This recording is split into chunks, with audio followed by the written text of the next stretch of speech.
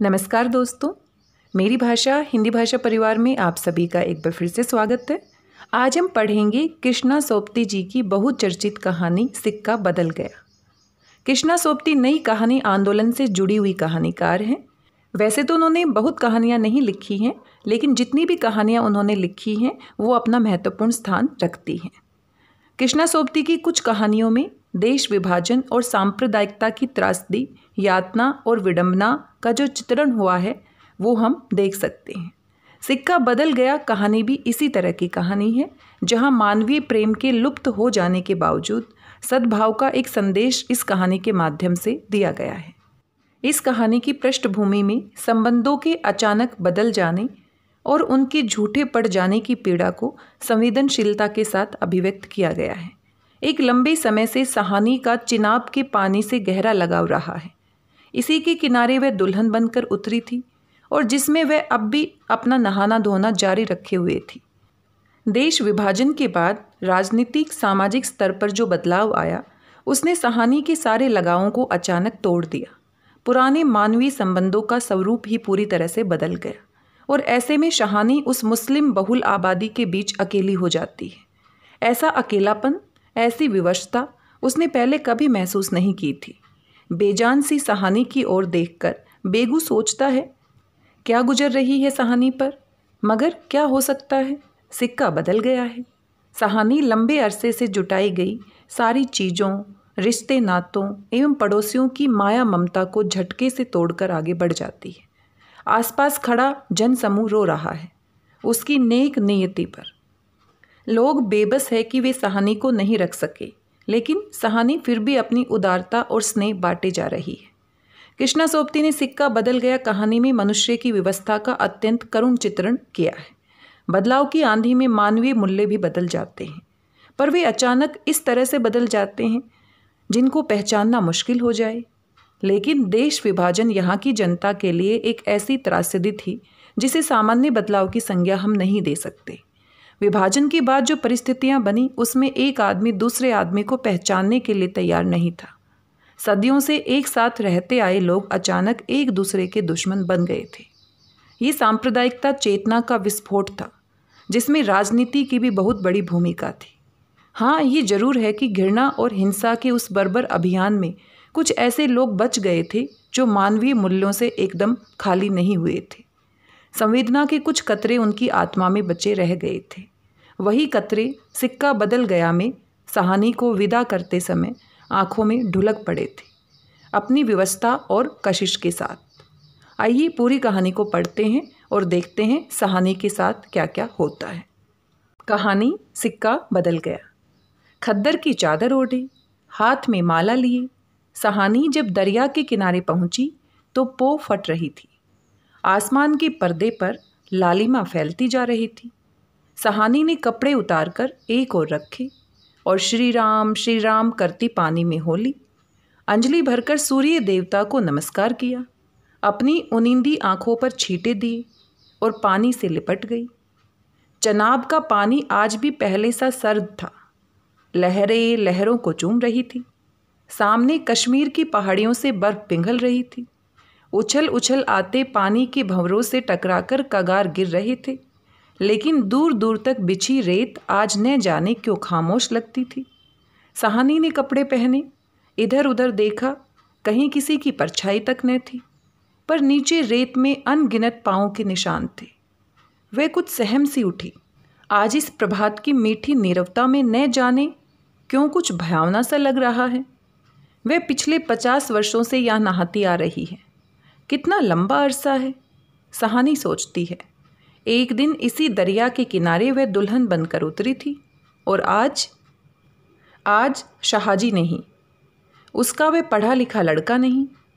आज वह अकेली है, शाहाजी की लंबी चौड़ी हवेली में अकेली है। पर नहीं, ये क्या सोच रही है वह सवेरे सवेरे? अब भी दुनियादारी से मन नहीं फिरा उसका।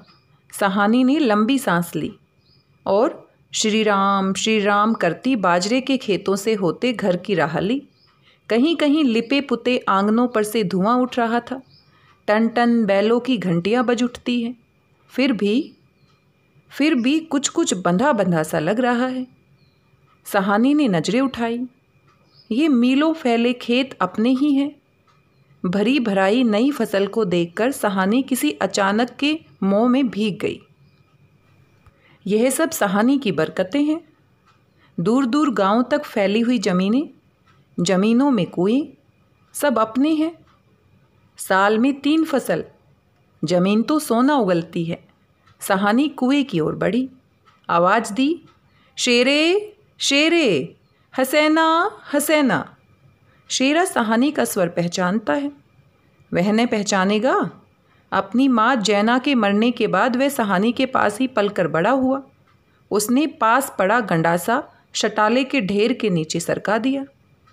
हाथ में हुक्का पकड़कर बोला, ए हसैना सैना। सहानी की आवाज़ उसे कैसे हिला गई है। अभी तो वे सोच रहा था कि उस सहानी की ऊंची हवेली की अंधेरी कोठरी में पड़ी सोने चांदी की संदूकचियाँ उठाकर, कि तभी शेरे शेरे। शेरा गुस्से से भर गया। किस पर निकाले अपना क्रोध? सहानी पर चीख कर बोला, ए मर गई ए, रब तैनू मौत दे। हसैना आटे वाली कनाली एक ओर रख जल्दी जल्दी बाहर निकल आई। ए आइया, क्यों छाबेले, तड़पना ये। अब तक सहानी नज़दीक पहुंच चुकी थी। शेरे की तेजी सुन चुकी थी। प्यार से बोली, हसैना ये वक्त लड़ने का है। वह पागल है तो तू भी जिगरा कर लिया कर। जिगरा? हसैना ने मान भरे स्वर में कहा। सहानी, लड़का आखिर लड़का ही है। कभी शेरे से भी पूछा है कि मुंह अंधेरे क्यों गालियां बरसाई है इसने? सहानी ने लाड से हसैना की पीठ पर हाथ फेरा, हंसकर बोली, पगली, मुझे तो लड़के से बहू अधिक प्यारी है। शेरे? हाँ सहानी, मालूम होता है रात को कुल्लूवाल के लोग आए हैं यहाँ, सहानी ने गंभीर स्वर में कहा। शेरे ने जरा रुककर घबरा कर कहा, नहीं सहानी। शेरे के उत्तर को अनसुनी कर सहानी जरा चिंतित स्वर में बोली, जो कुछ भी हो रहा है अच्छा नहीं। शेरे, आज साहजी होते तो शायद कुछ बीच बचाव करते, पर। सहानी कहते कहते रुक गई। आज क्या हो रहा है? सहानी को लगा जैसे जी भर भर आ रहा है। साहजी को बिछड़े कई साल बीत गए, पर आज कुछ पिघल रहा है, शायद पिछली स्मृतियाँ। आंसुओं को रोकने के प्रयत्न में उसने हसैना की ओर देखा और हल्के से हंस पड़ी। और शेरा सोच ही रहा है, क्या कह रही है सहानी आज? आज साहजी क्या, कोई भी कुछ नहीं कर सकता। ये हो के रहेगा। क्यों न हो? हमारे ही भाई बंदों से सूद ले लेकर साहजी सोने की बोरियां तोला करते थे। प्रतिहिंसा की आग शेरे की आंखों में उतर आई। गंडासी की याद हो आई। सहानी की ओर देखा। नहीं नहीं शेरा, इन पिछले दिनों में 30-40 कत्ल कर चुका है, पर वह ऐसा नीच नहीं। सामने बैठी सहानी नहीं। सहानी के हाथ उसकी आंखों में तैर गए। वे सर्दियों की रातें, कभी कभी साहजी की डांट खा के वह हवेली में पड़ा रहता था और फिर लालटेन की रोशनी में वह देखता है सहानी के ममता भरे हाथ दूध का कटोरा थामे हुए। शेरे शेरे, उठ पी ले। शेरे ने सहानी की झुर्रियों पड़े मुंह की ओर देखा तो सहानी धीरे धीरे से मुस्कुरा रही थी। शेरा विचलित हो गया। आखिर सहानी ने क्या बिगाड़ा है हमारा? साहजी की बात साहजी के साथ गई। वह सहानी को जरूर बचाएगा, लेकिन कल रात वाला मशवरा वह कैसे मान गया था? फिरोज की बात, सब कुछ ठीक हो जाएगा, सामान बांट लिया जाएगा। सहानी, चलो तुम्हें घर तक छोड़ आऊं। सहानी उठ खड़ी हुई। किसी गहरी सोच में चलती हुई सहानी के पीछे पीछे मजबूत कदम उठाता शेरा चल रहा है। संकित सा इधर उधर देखता जा रहा है। अपने साथियों की बातें उसके कानों में गूंज रही हैं, पर क्या होगा सहानी को मारकर? सहानी? हाँ शेरे। शेरा चाहता है कि सिर पर आने वाले खतरे की बात कुछ तो सहानी को बता दे, मगर वह कैसे कहे? सहानी? सहानी ने सिर ऊंचा किया। आसमान धुएं से भर गया था। शेरे? शेरा जानता है यह आग है। जबलपुर में आज आग लगनी थी, लग गई। सहानी कुछ न कह सकी। उसके नाते रिश्ते सब वही हैं। हवेली आ गई। सहानी ने शून्य मन से डोडी में कदम रखा। सेरा कब लौट गया उसे कुछ पता नहीं। दुर्बल सी देह और अकेली, बिना किसी सहारे के न जाने कब तक वहीं पड़ी रही सहानी।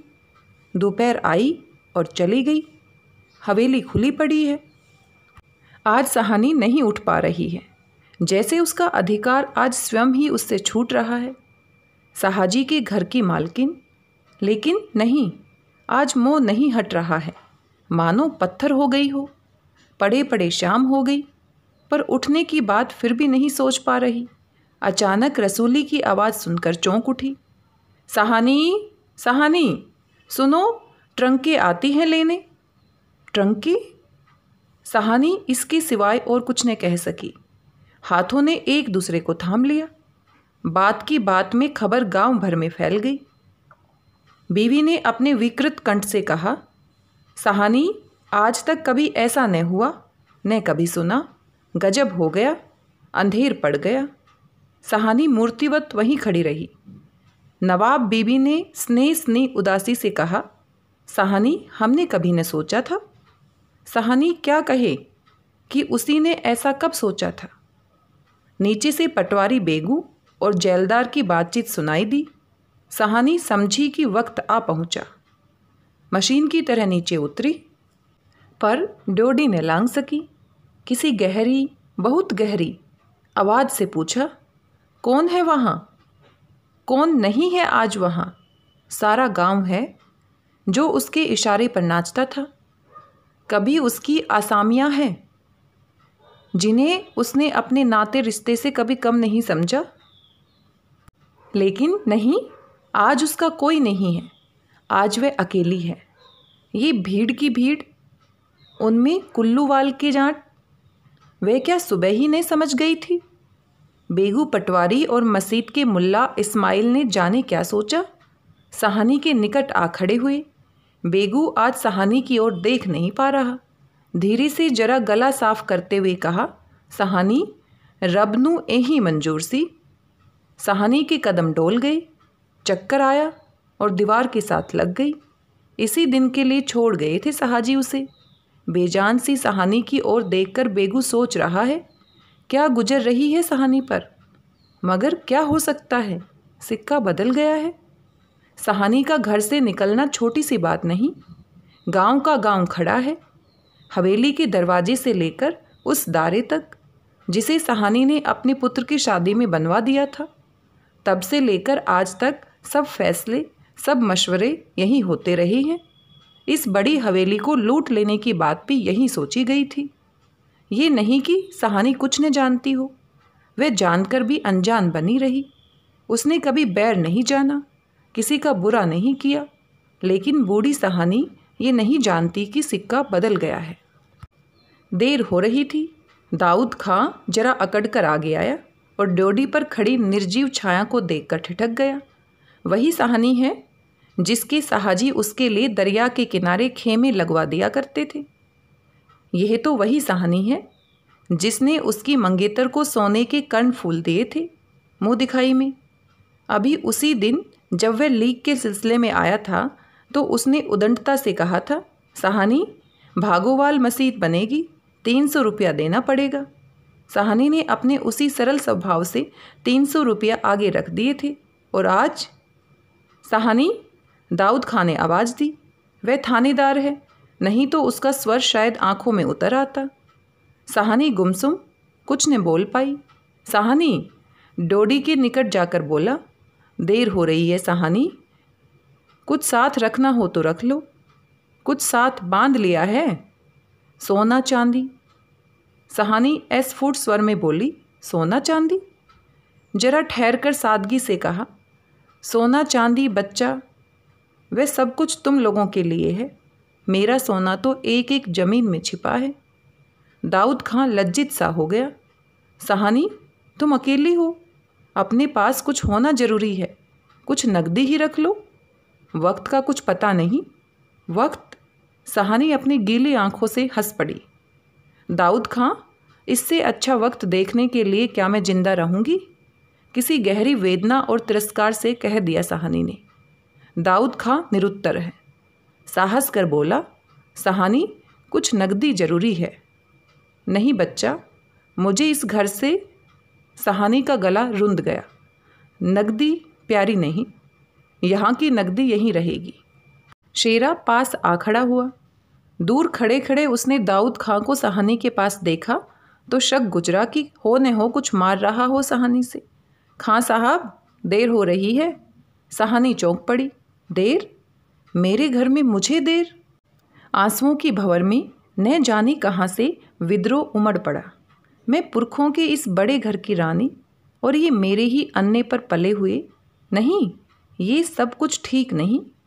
ठीक है, देर हो रही है। सहानी की जैसे कानों में यही गूंज रहा है, देर हो रही है। पर नहीं, रो रो कर नहीं, शान से निकलेगी इस पुरखों के घर से। मान से लांघेगी ये देहरी जिस पर एक दिन बहू रानी बनकर आ खड़ी हुई थी। अपने लड़खड़ाते कदमों को संभालकर सहानी ने दुपट्टे से आंखें पोंछी और डोडी से बाहर हो गई। बड़ी बूढ़ियाँ रो पड़ी। उनके सुख दुख की साथिन आज इस घर से निकल पड़ी है। किसकी तुलना हो सकती थी इसके साथ? खुदा ने सब कुछ दिया था, मगर दिन बदले, वक्त बदले। सहानी ने दुपट्टे से सिर ढांपकर धुंधली आंखों से हवेली को अंतिम बार देखा। उसने दोनों हाथ जोड़ लिए। यही अंतिम दर्शन था, अंतिम प्रणाम था। सहानी ने जोर मारा। सोचा, एक बार घूम फिरकर पूरा घर क्यों न देख आऊं मैं। जी छोटा हो रहा है, पर जिनके सामने हमेशा बड़ी बनी रही है उनके सामने वे छोटी न होगी। बस इतना ही ठीक है। और सहानी ने सिर झुकाया। डोडी के आगे कुल वधू की आंखों से निकलकर कुछ बूंदें चूप पड़ी। सहानी चल दी। ऊंचा भवन पीछे खड़ा रह गया। दाऊद खां, शेरा, पटवारी, जेलदार और छोटे बड़े, बच्चे बूढ़े, मर्द औरतें सब पीछे पीछे। ट्रंकें अब तक भर चुकी थी। सहानी अपने को खींच रही थी। गांव वालों के गलों में जैसे धुआं उठ रहा है। शेरे, खूनी शेरे का दिल टूट रहा है। दाऊद खां ने आगे बढ़कर ट्रंक का दरवाज़ा खोला। सहानी बढ़ी। इस्माइल ने आगे बढ़कर भारी आवाज़ से कहा, शहानी कुछ कह जाओ, तुम्हारे मुंह से निकली असीस झूठ नहीं हो सकती। और अपने साफे से आंखों का पानी पोंछ लिया।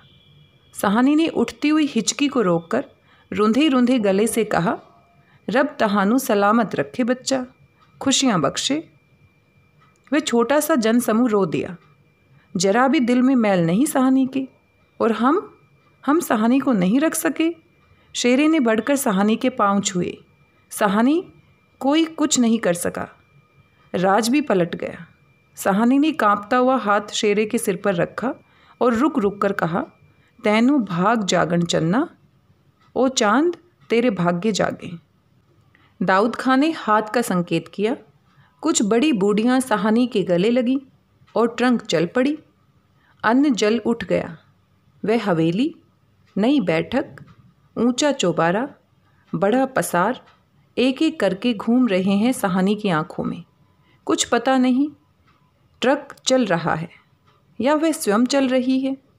आंखें बरस रही है। दाऊद खां विचलित होकर देख रहा है इस बूढ़ी सहानी को। कहाँ जाएगी अब वह? सहानी, मन में मैल न लाना। कुछ कर सकते तो उठा न रखते। वक्त ही ऐसा है। राज पलट गया है, सिक्का बदल गया है। रात को सहानी जब कैंप में पहुंचकर जमीन पर पड़ी तो लेटे लेटे आहत मन से सोचा, राज पलट गया है, सिक्का क्या बदलेगा। वह तो मैं वहीं छोड़ आई। और सहानी की आंखें और भी गीली हो गई। आसपास के हरे भरे खेत से घिरे गांवों में रात खून बरसा रही थी। शायद राज भी पलटा खा रहा था और सिक्का बदल रहा था। और इन्हीं मार्मिक पंक्तियों के साथ इस कहानी का अंत हो जाता है। सहानी का जो दर्द है वो देश विभाजन में न जाने कितने लोगों ने इस दर्द को झेला, महसूस किया और उसी दर्द और यातना को कृष्णा सोपती जी ने सिक्का बदल गया कहानी में हमारे सामने अभिव्यक्त किया है। हम इसको महसूस कर सकते हैं। एक घर व्यक्ति के लिए कितना महत्वपूर्ण होता है। उस घर में वो कितने सपने बुनता है, उस घर में वो अपना पूरा जीवन बिताता है। सहानी अपनी हवेली में बहू बनकर आती है, वहाँ लोगों के साथ पूरा जीवन बिताती है। कभी उसने सोचा भी नहीं था कि अचानक से उसको कह दिया जाएगा कि तुम्हें इस हवेली को छोड़कर जाना है, इस गांव को छोड़कर जाना है, यहाँ के लोगों से तुम्हारा कोई नाता नहीं है। बल्कि वहाँ के लोग अचानक से देश विभाजन की परिस्थितियों के बाद अपने मन की भावनाओं को भी मार लेते हैं और किस तरह से सहानी को मारने की भी सोचते हैं। शेरा, जिसको वो अपने बच्चे की तरह पाल पोस कर बड़ा करती है, उसका मन भी अंदर से मैला हो जाता है। और ये न जाने कितने लोगों के मन की व्यथा है जो कृष्णा सोबती ने कहानी के माध्यम से दिखाने का प्रयास किया है। आपको कहानी कैसी लगी, आपके अपने क्या विचार हैं, हमारे साथ ज़रूर साझा कीजिए। आज के लिए बस इतना ही। मिलते हैं किसी नई कहानी के साथ, कुछ और महत्वपूर्ण जानकारी के साथ। तब तक स्वस्थ रहिए, व्यस्त रहिए, मस्त रहिए और कुछ ना कुछ पढ़ते रहिए। धन्यवाद, बहुत बहुत धन्यवाद।